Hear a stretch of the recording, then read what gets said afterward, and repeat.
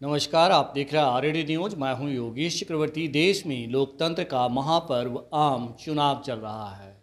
चुनाव में राजनीतिक पार्टियों का एक दूसरे पर आरोप प्रत्यारोप आम बात है, लेकिन जेडीयू के मुख्य प्रवक्ता नीरज कुमार ने आरजेडी पर बेहद ही संगीन, बेहद ही गंभीर आरोप लगाया है। उन्होंने शराबबंदी वाले बिहार में आरजेडी पर शराब कंपनियों से 70 करोड़ रुपया चंदा लेने का आरोप लगाया है। उन्होंने आरजेडी नेता तेजस्वी यादव से पूछा है कि आखिर क्या वजह है कि 2023 से 24 के बीच में कोलकाता की शराब कंपनियों ने उन्हें 46 करोड़ रुपये का चंदा दिया। हालांकि इस प्रेस कॉन्फ्रेंस में नीरज कुमार ने बीजेपी को इलेक्टोरल बॉन्ड के जरिए मिले 80 अरब पर कोई सवाल खड़ा नहीं किया, लेकिन वो तेजस्वी यादव से जवाब जरूर चाह रहे हैं। सुनिए जेडीयू के नेता और मुख्य प्रवक्ता नीरज कुमार ने आरजेडी पर क्या संगीन आरोप लगाया, उनके सवाल क्या हैं। आज ये इलेक्टोरल बॉन्ड पर मुख्य तौर पर यह संवाददाता सम्मेलन आयोजित किया गया है और यह बताना इसलिए आवश्यक है कि जिनको 17 महीने की नौकरी हमने दिया राजनीति में, उन्होंने क्या किया इस बिहार में। आप लोग को लगता था कि क्यों गठबंधन टूट गया, क्यों अलग हुए। धीरे धीरे सब कारणों का खुलासा करेंगे और हालात देखिए इनका क्या है। बिहार के अंदर पूर्ण शराबबंदी लागू है, सर्वदलीय सहमति है, विधानमंडल के अंदर में संकल्प है। माननीय तेजस्वी यादव जी के पिता माननीय लालू प्रसाद जी गांधी मैदान में ह्यूमन चेन में शामिल होते हैं, लेकिन जब इलेक्टोरल बॉन्ड का जब हिसाब देखा गया, जुलाई 2023 से जनवरी 2024 तक केवल 7 महीना में कुल 70 करोड़ रुपया का इलेक्टोरल बॉन्ड आया। लेकिन आप यह जानकर आश्चर्यचकित होइएगा कि आरजेडी को जो हिस्सा, जो चुनावी चंदे में शराब कंपनियों से हिस्सा मिला 46 करोड़ 64 लाख। कुल 63% इलेक्टोरल बॉन्ड में पैसा आता है शराब कंपनियों से। ये दस्तावेज हमारे पास है जो आप तमाम साथियों को उपस्थित कर दिया जाएगा।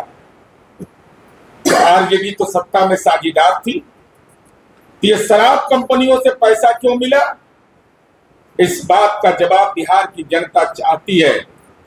हम ये जानना चाहते हैं तेजस्वी यादव से कि शराब कंपनियों से डील क्या था आपका। जब बिहार के अंदर शराबबंदी लागू है तो शराब कंपनियां आपको पैसे कैसे दे रही थी, क्यों दे रही थी, इस सवाल का जवाब बिहार की जनता जानना चाहती। डील आपका था, यह सवाल लाजमी है। और 63% तो आपको इलेक्टोरल बॉन्ड में केवल शराब कंपनियों ने, और यह अधिकतर बंगाल की कंपनी है। इसीलिए लगता है कलकत्ता ही ज्यादा आते जाते थे। कोलकाता ज्यादा आने जाने का कारण अब समझ में आ रहा है कि तेजस्वी यादव जी शराब कंपनियों से डील करने जा रहे थे। अगला सवाल मेरा यह है कि क्या आपने, आरजेडी ने यह वचन दिया था शराब कंपनियों को कि हमको इलेक्टोरल बॉन्ड में मदद करो, हम बिहार में शराबबंदी खत्म कर देंगे।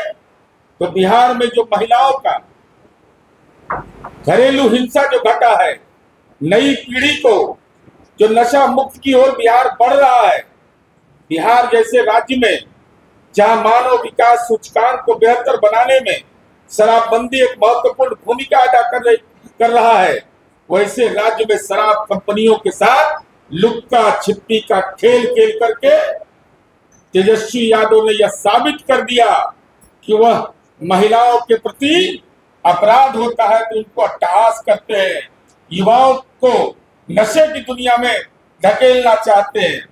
और कंपनी तो जालसाजी इनका पुराना दत्त है, अब जानवे करते हैं, तो बताने की जरूरत है नहीं। जिस company IFB agro industries limited का कुल प्रॉफिट है 2023-24 में 13.87 करोड़, चंदा दे दिया इलेक्ट्रल बॉन्ड में 35 करोड़। कुल कंपनी का जो प्रॉफिट है, लाभ है, लाभांश है 13.87 करोड़, और लाभ हो या चुनावी चंदा देता है इलेक्ट्रल बॉन्ड में 35 करोड़ रुपए। अभी हमको समझ में नहीं आता है कितना बड़ा जालसाजी कैसे हो। इसलिए राष्ट्रीय जनता दल को यह बताना चाहिए कि शराब कंपनियों से आपकी डील क्या हुई थी। अगर वो डील हुआ था कि बिहार में शराबबंदी खत्म करना है, तो सर्वदलीय संकल्प क्यों लिया था? आपने सदन के अंदर में संकल्प लिया, ह्यूमन चेन में शामिल हुए, सरकार में शामिल हुए, और सरकार में शामिल होकर करके यही खेल खेल रहे थे। शराब कंपनियों से डील कर रहे थे। इसलिए तेजस्वी यादव जी, बिहार की जनता आपका हिसाब किताब अदा करेगी। ऐसे तो आधा दिन नर्वस आप कर ही चुके हैं, पूर्णिया में वोट मांग लेते हैं दाएं बाएं, इसलिए नर्वस तो आप कर चुके हैं। लेकिन इन शराब कंपनियों से क्या डील हुआ था, ये बिहार की जनता को बताइए। इन्हें डेटा जारी किया। अब देखिए, राष्ट्रीय जनता दल को मिलता है 74 करोड़, उसमें 63% शराब कंपनियों से, और हम 18 वर्ष से सत्ता में है बिहार में, तो 12 अप्रैल 2019 से जनवरी 2024 तक 14 करोड़ रुपया हमको मिलता है। 14 करोड़, इनको मिलता है 74 करोड़, उसमें 46 करोड़ इनको मिल जाता है शराब कंपनी से। और 22 मार्च 2024 को माननीय सर्वोच्च न्यायालय ने यह आदेश दिया है कि 12 अप्रैल 2019 से पहले का जो डेटा है वो सार्वजनिक किया जाए, SBI को निर्देश दिया। यह भी न्यायपालिका के प्रक्षेत्र में है, इस पर मेरी कोई टिप्पणी सही नहीं होगी, क्योंकि न्यायपालिका इस मामले को देख रहा है। लेकिन आईना की तरह साफ है कि हम इतना दिन में 14 करोड़ किए, 74 करोड़ धंधा है, बिजनेस। शराब कंपनी से कहा से डील हुआ था, कलकत्ता कहा जाते थे, कलकत्ता, इसका भी खुलासा करिए, और नहीं तो हम लोग तो सब खुलासा करेंगे, एक एक करके सब इनका खुलासा करेंगे।